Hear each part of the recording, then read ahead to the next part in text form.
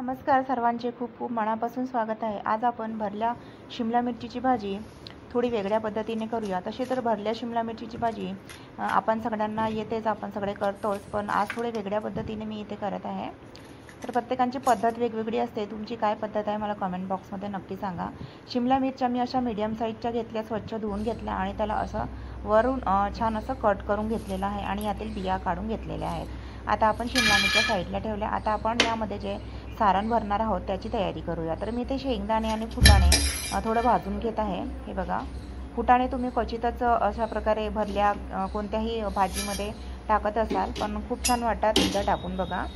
तर शेंगदाणे आणि फुटाणे भाजून घेतले। आता मी धणे आणि लाल मिरच्या थोड्या भाजून घेत आहे। मंद आचेवर हे छान असं भाजून घ्यायचं। हे मसाले भाजून घेतले ना की याचा सुवास खूप छान येतो आणि भाजीची टेस्टसुद्धा खूप छान येते। त्यानंतर मी इथे अर्धा वाटी पांढरे तीळ घेत आहे। तर पांढरे तीळ छान असे थोडे फ्राय करून घ्यायचे। पांढरे तीळ तळतळायला लागले की मग गॅस बंद करून घ्यायचा। तीळ भाजायला फारसा वेळ लागत नाही, पटकन भाजले जातात।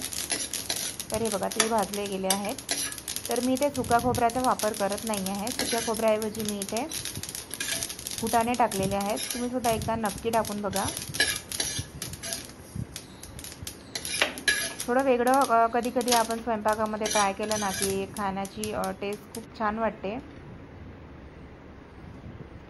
तर आता मी इथे घेत आहे एक छोटा चम्मच बेसन। आता आपल्याला हे जे बेसन आहे ना, मंद आचेवर छान असं याचा कलर थोडा चेंज होईपर्यंत भाजून घ्यायचं आहे। तर मंद आचेवर भाजून घ्यायचं। हे बघा, हे बघू शकता तुम्ही, मी जवळून दाखवत आहे की बेसनाचा कलर थोडा चेंज झालेला आहे। आता आपण गॅस बंद करायचा आणि गॅस बंद केल्यानंतर सुद्धा कढई गरम आहे, त्यामुळे थोडं फिरवत राहायचं, नाहीतर मग बेसन जळून जाईल। आता आपण हे सगळं जे भाजून ठेवलेलं आहे ना मिक्सरमध्ये बारीक करून घ्यायचं आहे। शेंगदाणे, फुटाणे, तीळ, धणे आणि लाल मिरच्या। तर हे आपल्याला बारीक करताना यामध्ये पाणी वगैरे टाकण्याची अजिबात गरज नाही आहे। तर आता आपण हे बारीक करून घेऊया।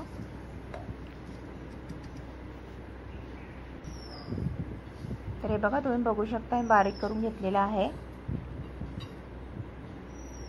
आता यामध्ये आपण जे भाजलेलं बेसन होतं ना ते मी टाकत आहे आणि थोडंसं असं फिरवून घेत आहे। तसं तुम्ही हाताने पण मिक्स करून घेऊ शकता, पण मिक्सरमध्ये जर केलं ना तर खूप चांगल्या प्रकारे मिक्स होईल, त्यामुळे मी बेसन इथे मसाल्यामध्येच टाकून थोडं फिरवून घेत आहे। तर आता आपलं सारण जे आहे ना ऑलमोस्ट तयार झालेलं आहे। एका ताटामध्ये काढून घ्यायचं आहे। आता यामध्ये आपण जे आपले बेसिक मसाले होते ना ते ॲड करूया।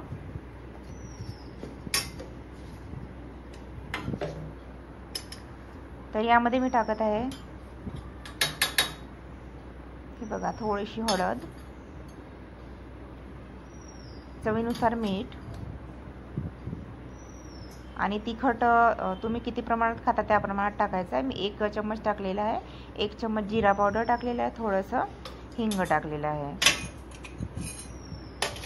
त्यानंतर मी इथे 1 छोटा चम्मच अद्रक लसणाची पेस्ट टाकत आहे आणि थोडीशी मी शिल्लक ठेवत आहे। अद्रक लसणाची पेस्ट मी फ्रेश ठेचून घेतलेली आहे, तुम्ही मिक्सरमध्ये सुद्धा करू शकता। आता हे सगळं जे साहित्य आहे ना छान असं हाताने मिक्स करून घ्यायचं। यामध्ये वरून मी थोडीशी कसुरी मेथी सुद्धा टाकलेली आहे।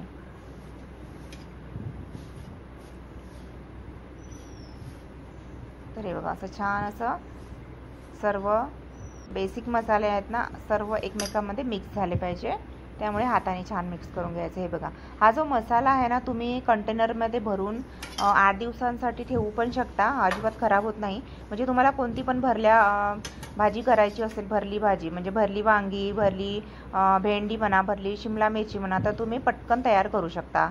हा मसाला ड्राय आहे त्यामुळे अजिबात खराब होत नाही, 8 दिवस चांगला राहतो। तर हे बघा, अशा प्रकारे शिमला मिरचीमध्ये हा मसाला मी छान असा स्टफ करून घेतलेला आहे। सर्व शिमला मिरच्या आपण अशाच प्रकारे भरून घेऊया, चांगल्या दाबून दाबून। हे बघा,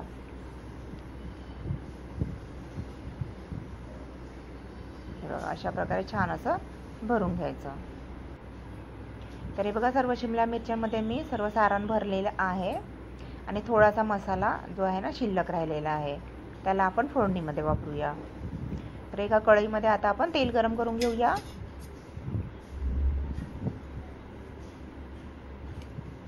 तर तेल मी अगदी कमी घेत आहे, फार जास्त तेल घेत नाही आहे। हे बघा, तेल आता छान गरम झालेलं आहे. आता यामध्ये आपण टाकूया 1 छोटा चम्मच अद्रक लसणाची पेस्ट आणि 1 मीडियम साईजचा कांदा मी कट करून टाकलेला आहे. कांदासुद्धा तेलामध्ये टाकायचा आणि छान असा गोल्डन कलरचा होईपर्यंत परतून घ्यायचा. तर तुमच्याकडे तुम्ही घरी कोणतीही भाजी करता किंवा कोणतं सारण भरता मला नक्की कमेंट करून सांगा. तर हे बघा, कांदे थोडे असे लालसर झालेले आहेत. यामध्ये आता आपण हा जो शिल्लक राहिलेला मसाला होता ना तो टाकूया आणि छान असं मिक्स करून घ्यायचं. तर हे बघा, मी तेल कमी वापरल्यामुळे पूर्ण ड्राय वाटत आहे मसाला. थोडे इथे मी पाणी टाकत आहे. अगोदर बेसिक मसाले टाकूया. तसं मसाले मी टाकलेच आहे सारणामध्ये, पण थोडंसं पुन्हा आपण इथे किंचितचं टाकत आहे. तिखट, मीठ आणि हळद, बस एवढंच. आणि थोडंसं इथे जिरा पावडर, कसुरी मेथी आपली शिल्लक राहिलेली अर्धा छोटा चम्मच, छान मिक्स करून घ्यायचं.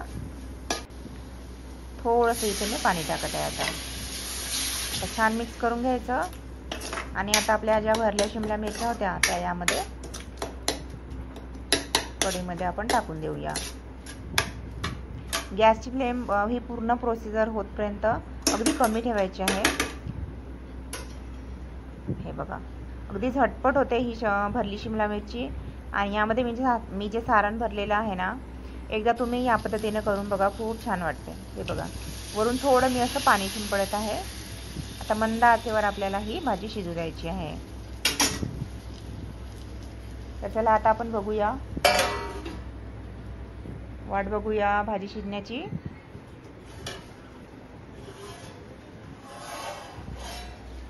तर हे बघा, जवळपास 10 मिनिटं लागले मला मंद आचेवर ही भाजी शिजायला.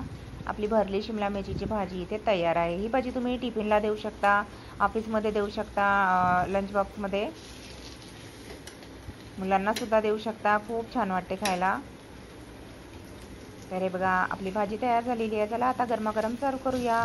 ही भाजी तुम्ही पुरी, पोळी, फुलके किंवा भाकरी कशाही सोबत खाऊ शकता. खूप छान वाटते. संपूर्ण रेसिपी बघितल्याबद्दल मनापासून धन्यवाद. अशाच छान छान रेसिपी बघण्यासाठी मला super food hacks by Manisha या चॅनलला अवश्य सबस्क्राईब करा. साईडला बेल आयकॉन असते ती प्रेस करा आणि हाईपचं बटनसुद्धा प्रेस करा.